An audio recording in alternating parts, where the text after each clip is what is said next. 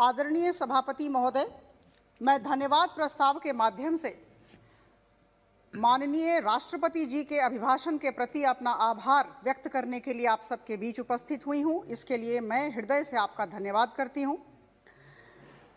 माननीय राष्ट्रपति जी का अभिभाषण इस दशक के लिए हम सबको प्रेरणा देने वाला, दिशा देने वाला और इस देश के हजारों करोड़ों भाइयों और बहनों के मन में विश्वास पैदा करने वाला अभिभाषण था। मैं एक शेर के माध्यम से अपनी बात प्रारंभ करना चाहती हूं और यह शेर हमारे प्रधानमंत्री जी के आत्मनिर्भर भारत के सृजन के आह्वान को समर्पित है। एक न एक शम्मा अंधेरे में जलाए रखिए, सुबह होने को है बस माहौल बनाए रखिए।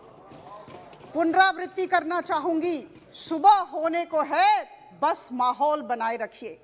कल से अभी तक इस संसद भवन में लोकसभा कक्ष में बैठी हूं, सबका भाषण सुना। हमारे विद्वान साथियों ने बहुत ही अच्छे ढंग से अपनी अपनी बातें रखी, अपने विचार रखे, अपनी अभिव्यक्तियां की और इस अभिव्यक्ति में समर्थन भी था और विरोध भी। मैं समर्थन और विरोध दोनों का स्वागत करती हूं। माननीय प्रधानमंत्री जी की सरकार के संस्कारों में इस देश के आम नागरिक के जीवन की चिंता परिलक्षित होती है, स्पष्ट रूप से झलकती है।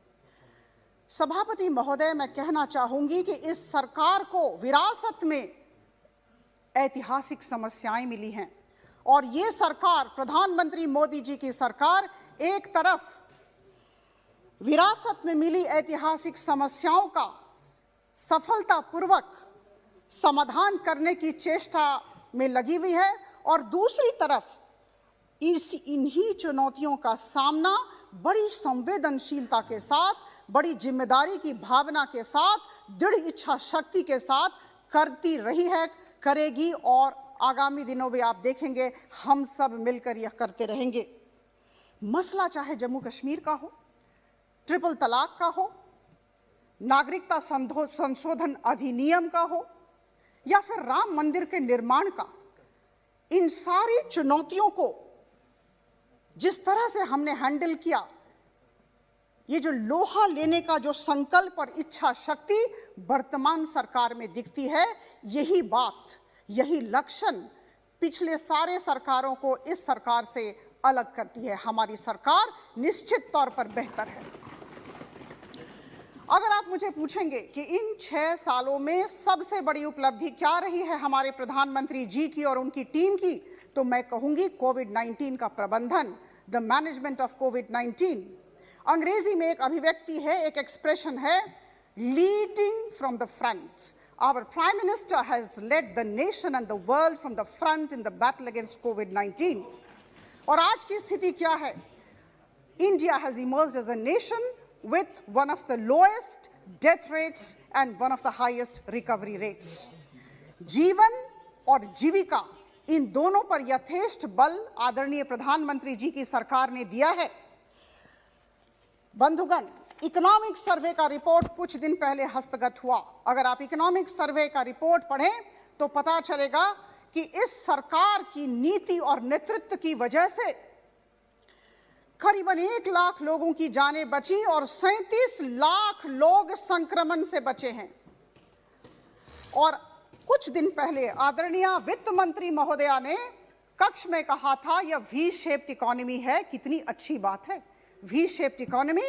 हम प्रगति के पथ पर अग्रसर होते जा रहे हैं। अगर हम अर्थव्यवस्था की बात करें, हम केवल पीपीई किट और मास्क में आत्मनिर्भर नहीं हुए हैं, हम वैक्सीन निर्माण में विश्व में सफलतम देश साबित हुए हैं।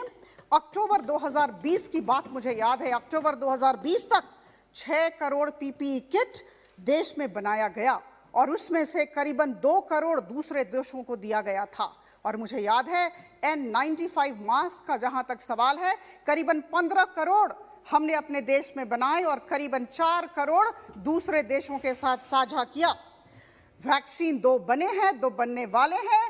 35,000 करोड़ का बजट प्रावधान किया गया। आदरणीय वित्त मंत्री महोदय ने कहा और बड़ी अच्छी बात उन्होंने कही, उन्होंने ये भी कहा था कि अगर आगामी दिनों में अधिक जरूरत होगी वैक्सीनेशन की, वैक्सीन की, तो हम अधिक पैसे उपलब्ध कराएंगे। ये बहुत बड़ी बात है, इसके पीछे बहुत साहस चाहिए। 150 से अधिक देशों को जरूरी दवाइयां प्रेषित कराई गई। बंधुगण, हम अपनी तारीफ खुद नहीं करते, जब दूसरे करें तो बड़ी बात होती है। Parliamentary standing committee on home affairs और parliamentary standing committee on health and family welfare की प्रोसीडिंग मेरे हाथ में है। ये दोनों प्रोसीडिंग मेरे हाथ में है। आप इन दोनों प्रोसीडिंग को मेरे बंधुओं से, मेरे साथियों से, मेरे विद्वान मित्रों से अनुरोध है, इसे पढ़ें। Parliamentary standing committee home affairs की तो प्रोसीडिंग है, उसके 3 पैराग्राफ को पढ़ें। पारा 2.6.9, पारा 2.6.10 एंड पारा 2.6.11। आप मुझे थोड़ा और समय देंगे। Parliamentary standing committee health and family welfare की प्रोसीडिंग को अगर आप पढ़ें, पारा 1.47 ऑफ चैप्टर 1, उसमें लिखा हुआ है, the committee appreciates the PM's call for जन आंदोलन अगेंस्ट पैंडेमिक। हम अपनी तारीफ खुद नहीं करते। WHO के डायरेक्टर जनरल मिस्टर टेड्रोस ने भी हमारे प्रधानमंत्री को बहुत धन्यवाद दिया। जनवरी 2021 की बात है, ब्राजील के प्रेसिडेंट ने हमारे प्रधानमंत्री जी को चिट्ठी लिखी और ये जो 20 लाख वैक्सीन डोजेज ब्राजील गए थे, इसके लिए उन्होंने बहुत धन्यवाद हमारे प्रधानमंत्री जी को दिया। Sir, I would like to quote the American physician Dr. Larry Brilliant, who had played a key role in eradicating smallpox.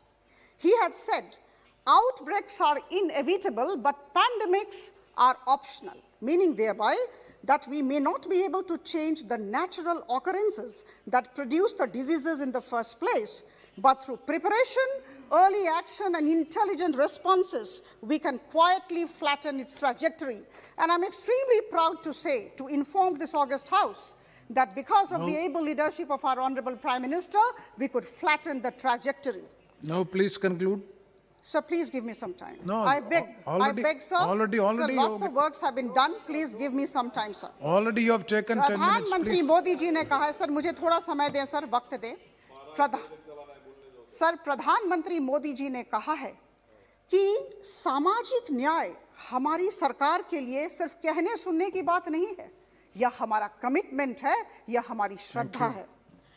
यह सरकार बाबा साहेब अंबेडकर के नीतियों पर चलती है। सबका साथ, सबका विकास और सबका विश्वास, सबको लेकर चलना है, सबका सर्वांगीण विकास हो और सबका विश्वास जीतना है। सबसे बड़ी बात है, बहुत निष्ठा के साथ, बहुत ईमानदारी के साथ हम सबका विश्वास जीतने की चेष्टा में लगे हुए हैं। जिस दिन आदरणीय वित्त मंत्री ने इस कक्ष में बजट पेश किया, उसके एक दिन पहले आदरणीय प्रधानमंत्री जी ने प्रेस को संबोधित किया और उन्होंने जो कहा वो वक्तव्य सबको याद होगा। उन्होंने कहा, Shafiq ur Rahman ji, sir please give me, sir please give me 3-4 minutes. No, please, no. 2 minutes, sir. No, please, you please conclude. Sir, 5 mini budgets, 27 lakh crore के 5 मिनी बजट्स के साथ इस बड़े बजट को देखा जाए। सर, प्रधानमंत्री, Madam, please conclude, because प्रधानमंत्री गरीब कल्याण योजना 8 महीनों तक all these 80 issues of crore लोगों को 5 किलो अतिरिक्त अनाज सुनिश्चित किया गया। और मैं आपको बता दूं सर, श्रमिक conclude, ma'am. Otherwise rail the speech प्रारंभ will be किए गए unfinished. थे। सर, मैं बहुत दरिद्र राज्य से आती हूँ, उड़ीसा राज्य से, मैं आपको बता दूं, और वहां 8 लाख प्रवासी श्रमिक हमारे राज्य को छोड़कर बाहर गए थे। 244 रेल का प्रबंधन किया गया था, उसमें ये लोग लौटे हमारे देश, हमारे राज्य, और इसकी वजह से मैं आदरणीय प्रधानमंत्री जी को उड़ीसा वासी की तरफ से बहुत धन्यवाद देना चाहती हूँ। शफीक उर रहमान जी, please.